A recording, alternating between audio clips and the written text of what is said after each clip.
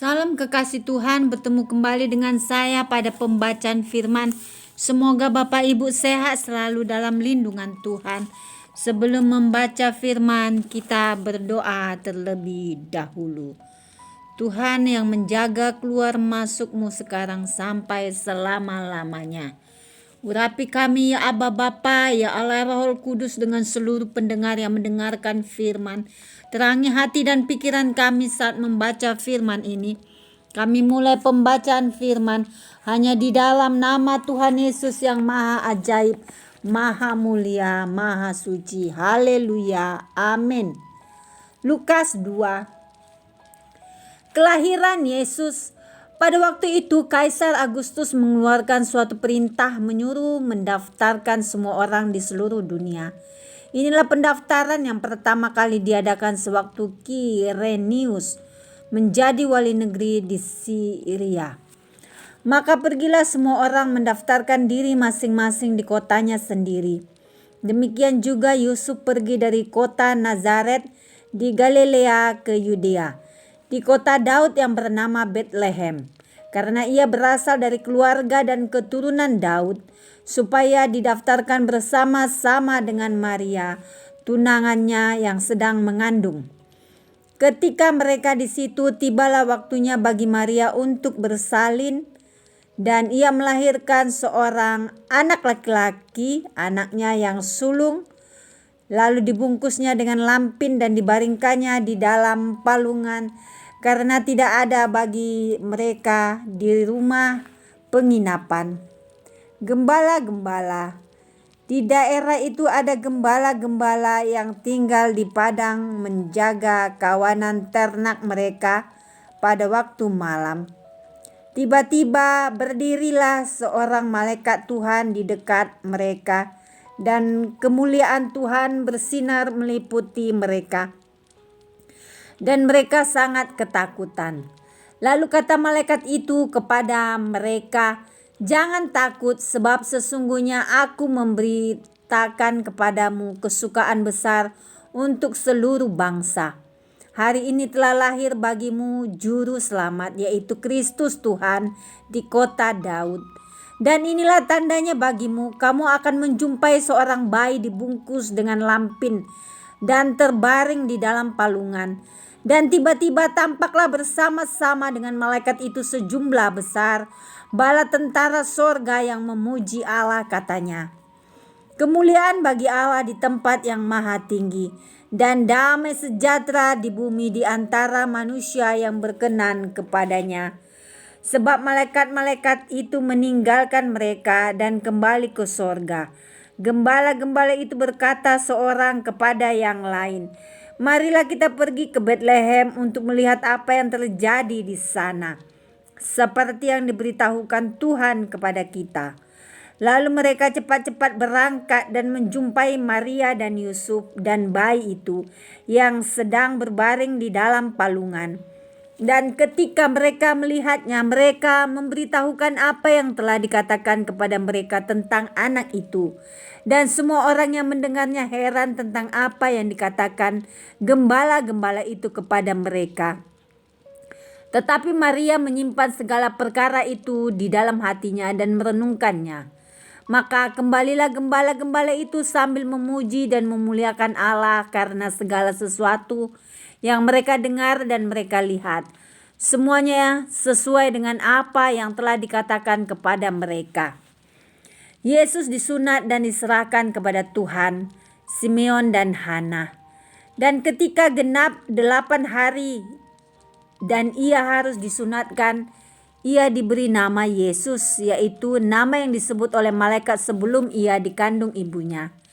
Dan ketika genap waktu pentahiran menurut hukum Taurat Musa, mereka membawa dia ke Yerusalem untuk menyerahkannya kepada Tuhan, seperti ada tertulis dalam hukum Tuhan.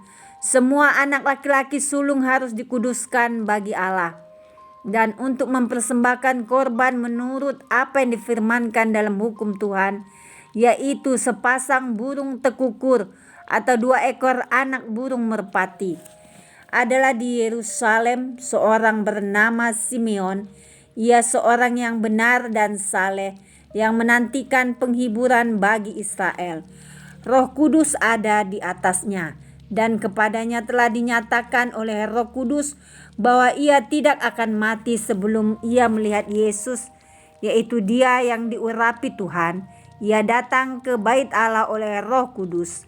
Ketika Yesus anak itu dibawa masuk oleh orang tuanya untuk melakukan kepadanya apa yang ditentukan hukum Taurat, ia menyambut anak itu dan menatangnya sambil memuji Allah. Katanya, "Sekarang Tuhan, biarkanlah hamba-Mu ini pergi dalam damai sejahtera sesuai dengan firman-Mu. Sebab mataku telah melihat keselamatan yang daripada-Mu, yang telah Engkau sediakan di hadapan segala bangsa, yaitu terang yang menjadi penyataan bagi bangsa-bangsa lain, dan menjadi kemuliaan bagi umat-Mu Israel." Dan bapa serta ibunya amat heran akan segala apa yang dikatakan tentang Dia. Lalu Simeon memberkati mereka dan berkata kepada Maria, ibu anak itu, "Sesungguhnya anak ini ditentukan untuk menjatuhkan atau membangkitkan banyak orang di Israel, dan untuk menjadi suatu tanda yang menimbulkan perbantahan. Dan suatu pedang akan menembus jiwanya sendiri supaya menjadi nyata pikiran hati banyak orang." Lagi pula di situ ada Hana, seorang nabi perempuan, anak Fanuel dari suku Asyer. Ia sudah sangat lanjut umurnya. Sesudah kawin ia hidup 7 tahun lamanya bersama suaminya, dan sekarang ia janda dan berumur 84 tahun. Ia tidak pernah meninggalkan bait Allah dan siang malam beribadah dengan berpuasa dan berdoa. Dan pada ketika itu juga datanglah ia ke situ dan mengucap syukur kepada Allah dan berbicara tentang anak itu kepada semua orang yang menantikan kelepasan untuk Yerusalem.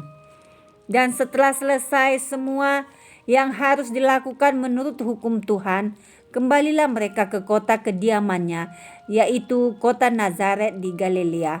Anak itu bertambah besar dan menjadi kuat, penuh hikmat, dan kasih karunia Allah ada padanya. Yesus pada umur 12 tahun dalam bait Allah.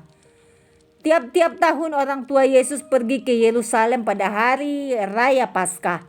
Ketika Yesus telah berumur 12 tahun, pergilah mereka ke Yerusalem seperti yang lazim pada hari raya itu. Sehabis hari raya perayaan itu, ketika mereka berjalan pulang, tinggallah Yesus di Yerusalem tanpa diketahui orang tuanya, karena mereka menyangka bahwa ia ada di antara orang seperjalanan mereka.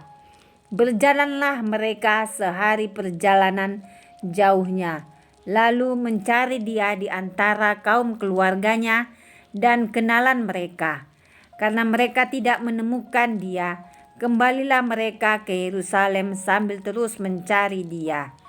Sesudah 3 hari mereka menemukan dia dalam bait Allah. Ia sedang duduk di tengah-tengah alim ulama sambil mendengarkan mereka dan mengajukan pertanyaan-pertanyaan kepada mereka. Dan semua orang yang mendengar dia sangat heran akan kecerdasannya dan segala jawab yang diberikannya. Dan ketika orang tuanya melihat dia, tercenganglah mereka. Lalu kata ibunya kepadanya, "Nak, mengapakah engkau berbuat demikian terhadap kami? Bapamu dan aku dengan cemas mencari engkau." Jawabnya kepada mereka, "Mengapa kamu mencari aku? Tidakkah kamu tahu bahwa aku harus berada di dalam rumah Bapakku?" Tetapi mereka tidak mengerti apa yang dikatakannya kepada mereka. Lalu ia pulang bersama-sama mereka ke Nazaret, dan ia tetap hidup dalam asuhan mereka. Dan ibunya menyimpan semua perkara itu di dalam hatinya. Dan Yesus makin bertambah besar dan bertambah hikmatnya dan besarnya, dan makin dikasihi oleh Allah dan manusia. Amin. Terpujilah Engkau, Aba Bapa, Sang Pencipta langit dan bumi. Terima kasih Tuhan Yesus Yang Maha Dahsyat, kami sudah memperdengarkan dan mendengarkan firman hari ini. Berkati para pendengar channel YouTube ini, berikan kesehatan yang baru, rezeki yang baru, iman yang baru dalam menjalani kehidupan hari ini. Kuasa darah Yesus membungkus kami untuk terus maju membaca, merenungkan serta melakukan firman-Mu. Terima kasih Tuhan. Terima kasih Yesus. Orang yang berharap kepada Tuhan tidak akan Engkau permalukan. Engkau yang tolong, Engkau yang bela Tuhan. Setiap pekerjaan kami ya Tuhan yang kami kerjakan oleh tangan kami, Engkau lah yang melipat gandakannya Tuhan. Engkau yang menambahkan berkat ya Tuhan setiap yang tangan yang kami kerjakan. Karena firman berkata tangan yang rajin akan memperoleh berkat ya Bapa. Terima kasih ya Tuhan. Immanuel El Shaddai, haleluya, amin.